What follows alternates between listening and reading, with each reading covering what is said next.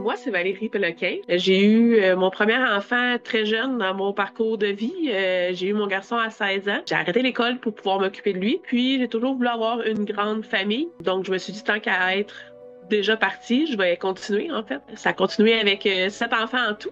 Puis ma petite dernière, elle vient d'avoir 4 ans, donc l'année passée, elle a commencé l'école. Donc j'ai décidé de recommencer l'école où ce que j'en étais. Donc j'avais juste secondaire 2 en fait. J'avais besoin de 3 livres pour pouvoir faire les DEP que je voulais faire en secrétariat. Finalement, là, j'étais partie sur une lancée. J'ai fait environ 20 livres là, à l'école. Là. Ça a vraiment déroulé. L'année prochaine, je m'en vais faire mon DEP là, avec beaucoup plus que je pensais en main. Donc avoir une opportunité plus grande aussi pour le travail. J'ai envie de faire quelque chose pour moi. J'ai envie de me valoriser là-dedans, de prouver que une jeune maman peut y arriver aussi, puis me prouver à moi-même aussi que je peux faire autre chose qu'être une maman. Ça vaut la peine de le faire pour soi. Si moi on m'avait dit ça fait 16 ans que t'as pas été à l'école, ça va être difficile. J'étais stressée au début, j'avais peur, je me disais je devrais-tu, je devrais pas, je vais y aller, je vais voir. Je me suis prouvé que je n'avais pas de temps perdu. Ça me rend fière de voir que je suis capable moi aussi, puis que les enfants ils prennent exemple beaucoup. Ça les motive un peu de voir que maman elle va à l'école, mais eux aussi ont envie de performer puis d'avancer là. Je m'appelle Kwame Nguessan Chantal. Je viens d'une famille de 7 enfants. Ça a été un peu, je peux dire, un peu difficile parce que là, je n'ai pas eu l'occasion d'aller à l'école parce que j'ai vécu une enfance un peu compliquée. Donc, lorsque j'ai croisé mon mari, il m'a vraiment aussi soutenue. Avant de nous rendre ici, j'ai eu mon dernier enfant, qui est le 4e enfant. Vu que je n'avais pas un diplôme, je n'ai pas été à l'école, c'est grâce à une amie qui m'a parlé de l'école et j'ai vu vraiment l'importance. Elle est arrivée en janvier 2024 dans ma classe et à ma grande surprise, elle m'a dit qu'elle travaillait toutes les nuits. Le travail, je faisais la nuit, c'est-à-dire de 10h à 8h du matin. Donc après le travail, je me rendais à l'école, c'est-à-dire à 8h. C'était un peu fatigant parce que c'était pas facile. Après ça, il faut te rendre à la maison, t'occuper aussi de la maison des enfants. Mais comme je tenais vraiment à faire, je me donnais de corps et âme à apprendre vraiment mieux, avoir un diplôme. Elle est d'une très grande curiosité. Elle veut apprendre. On ne peut pas juste lui dire un mot, elle veut savoir ce que ça veut dire. Je suis fière de moi-même pour le courage que j'ai eu grâce à l'école que j'ai fréquentée. Je sais lire, écrire, donc je suis fière. Ben, je m'appelle Francis, malgré du fait que j'aimais l'école, mais il y a quelque chose qui n'allait pas. En fait, je ne cadrais peut-être pas là-dedans, en fait.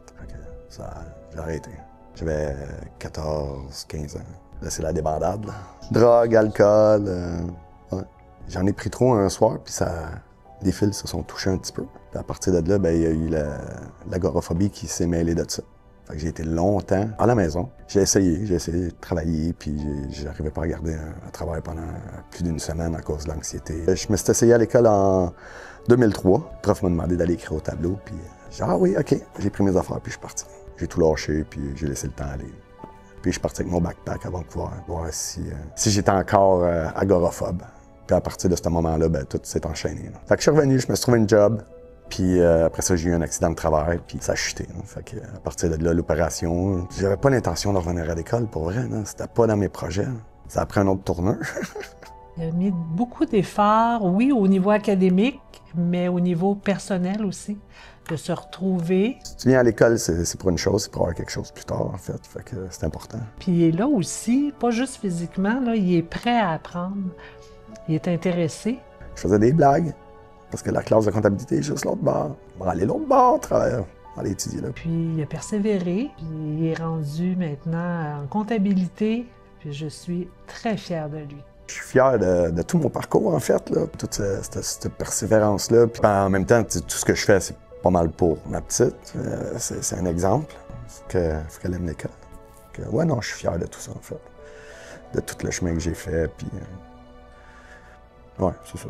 Je me présente, Julie Brodeur. Moi, mon parcours académique n'a jamais vraiment bien été pendant mon enfance puis mon adolescence. Au primaire, j'ai vécu beaucoup d'intimidation. J'étais un enfant à problème qui était comme TDAH, hyperactive, non médicamentée. Le secondaire aussi, ça a été beaucoup comme ça jusqu'à l'âge de 15 ans. Puis là, j'ai commencé à être plus marginale, plus anarchiste. Puis c'est l'école qui m'a lâchée quand j'ai eu mes 18 ans. À 9 ans environ, je suis retournée aux adultes, mais j'ai eu un gros accident. J'ai été 7 mois et demi à l'hôpital, j'étais pas supposée de remarcher. C'est là que je suis tombée dans la consommation. Pendant plusieurs années, j'ai été dans la rue plusieurs années, avec tout ce qui vient avec le milieu de la rue. En 2014, j'ai tout arrêté. Voulant 3 ans environ, j'étais à Sherbrooke, j'étais retournée à l'école aux adultes, mais je l'ai passé au feu. Tournée à la case départ encore une fois. V'là 2 ans, je me suis repris en main. C'est pas vrai que je vais passer ma vie à ne pas travailler, à rien faire. Dans tout ça, il me reste 3 livres de mathématiques à faire, puis après ça, je suis prête pour aller faire mon DEP dessin en bâtiment.